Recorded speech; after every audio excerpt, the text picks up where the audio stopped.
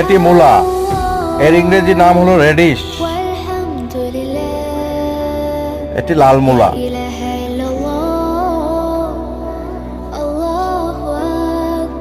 তারপরে চলে তরমুজ দেখিয়াছি। তরমুজের ইংরেজি নাম ওয়াটারমেলন। এই দেখেন তরমুজ কিভাবে ভাঙতেছে, এখানে কাটতেছে, আর কেটে এটা কিন্তু বাজারজাত করা হবে। এটা কিন্তু ইয়েলো তরমুজ। ও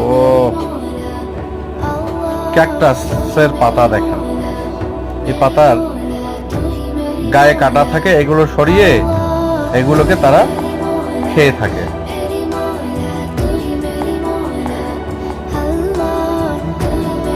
এই যে সুন্দর করে কাটতেছে, তারপরে এটি আগুনে ঝলসিয়ে খেয়ে ফেলবে। এবার চলেন সুগার ক্যান, দেখে আসি।